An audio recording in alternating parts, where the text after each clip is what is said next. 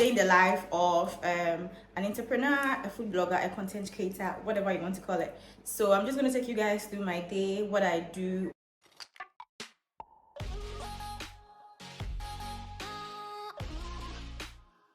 So here is how my day started. I made some ginger and then honey tea with some hot water.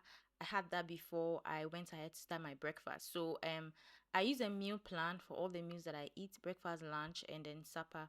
So here on today's menu, I needed to make granola and then yogurt. So this is me putting the yogurt in the bowl and then adding the granola. So the granola, I have a recipe of that on my page. This is homemade and it's so good. Very, very simple to make as well. And then I added some honey to it, and then that was my breakfast for the day. And before I sat down to eat, I made sure that I put all the proteins in water because they were in the freezer.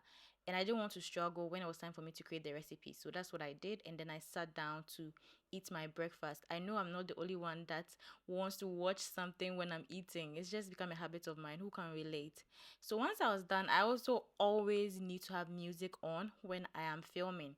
It's like a way that I vibe with myself, have fun, and all of that. So if you have any songs that I should listen to while making, like, while filming, let me know in the comments. I would love that. So now it's prep time, getting the tools ready, getting the equipment and the gadgets ready to start filming. So sometimes I have to, as I am filming, I have like three batteries for my camera, so I have to be like charging them so that if one goes off, I can use the other.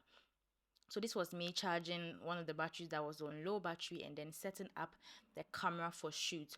On today's content day, I think I was shooting three recipes, but I ended up shooting only two because of certain things. But it was a very, I don't know, I wasn't really tired. Most times after content day, I'm like so tired. But on this day, I don't know, I had so much energy.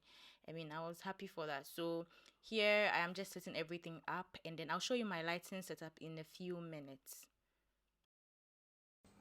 So this is the setup, the lighting setup. I have the studio light here. My softbox, the bulb is not working, so I'm using this. And I'm not pointing it directly towards the subject because it can have very harsh shadows. I have my large window here, which is my main source of natural light. Then I have the light coming from my ceiling, which is the LED light. So, as I narrate how my day went, I would also chip in a few things you should keep in mind. So, usually, I like to take a lot of test shots when I'm starting out to check my camera, the quality, the angles, if there's any blurring or anything in the shots that I do not want. Don't just start and go ahead and just film everything without checking if you are in frame, your subjects are in frame, and all of that. Another thing I also do is to plan out my shots in advance. So this is something you can plan in your head or write down, whatever.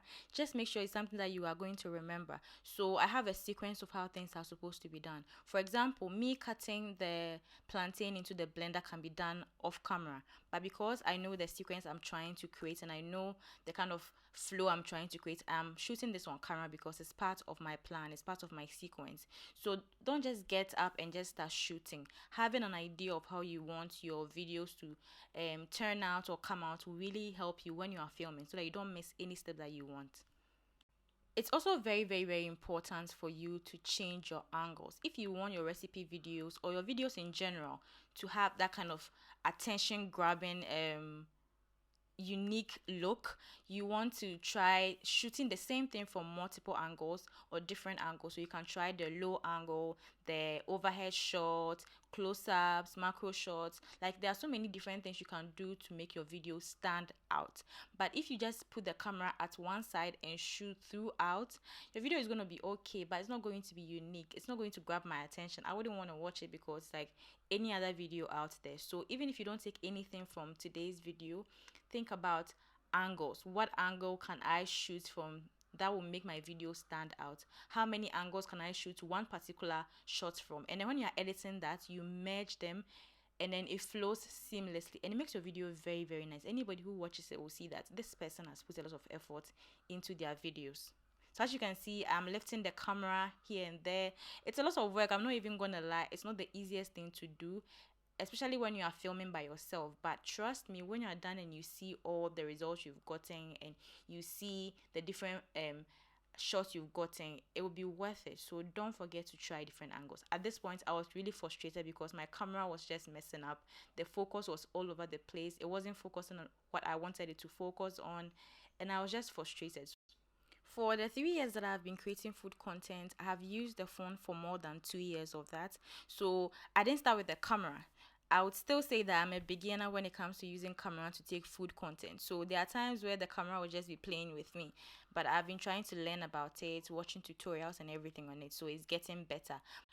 But in all honesty, I love shooting with my phone. It's just flexible, it's easy for me. And I still shoot with my phone sometimes. When you go on my page, there are videos that I shoot with my phone, and then there are other videos that I shoot with my camera. It depends on my mood, it depends on whether it's a brand work or not. It depends on so many factors, but I could shoot with a phone or a camera and I'll still get the quality I want. But then there's always a difference between the phone and the camera. I'm not gonna sit here and lie to you. So here, the recipe I was making recipe for a brand. So it was a brand sponsored post, right?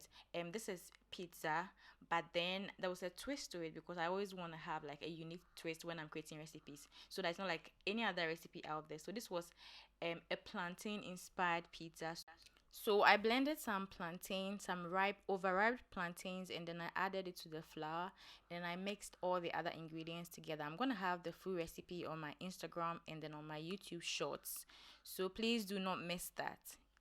So after the dough, I changed to the next scene, that is cutting the vegetables. And as I said in the beginning, when you have a sequence, doing things becomes easier because I could have cut all these things off camera, but it is part of my plan. So I made sure I got that on camera. So what you saw me doing previously was me testing out how the camera is going to capture what I was doing.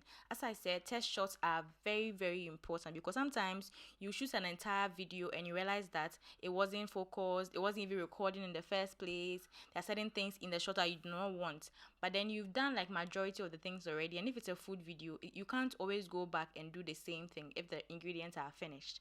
So test shots are extremely important. So here I was just cutting my vegetables, vibing to my song. I told you guys, like, I love music. I love music so much. So you would always catch me like listening to music. And when I'm creating content and I have music on, I just forget about everything. And it's like two of my favorite things. So I just love it.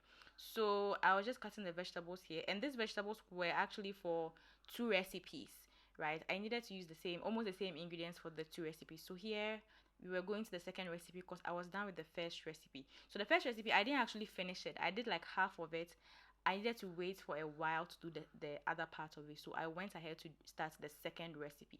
So as you can see, angles, as I mentioned, the camera was facing me before. I then brought it to where I'm standing to get like the shots from there and the steam and all of that. These are all parts of the storytelling. Storytelling is so important in content creation. What is your point of view? What are you trying to share? And the kind of angles and scenes and shoots and shots you use is going to determine how the story is going to roll out. So another important thing I do after every content is to take pictures. So if you are somebody that doesn't have time to create content all the time, you can find a way to get a lot of content on the day that you shoot. So for example, I'm taking pictures here, I'm shooting the recipe, I'm serving the food, right? That is 3 content pieces from just one recipe. So I can start the post by just posting me serving the food with a caption that is going to intrigue people, make them want to see the recipe.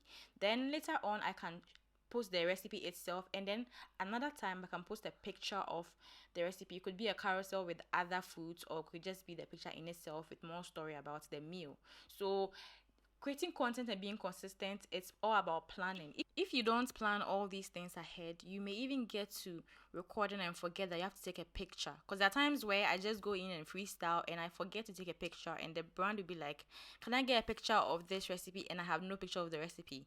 So I know what I'm talking about, but it's extremely important to have pictures of all your meals, because you can repurpose it later on when you have a website, you have all the images to work with.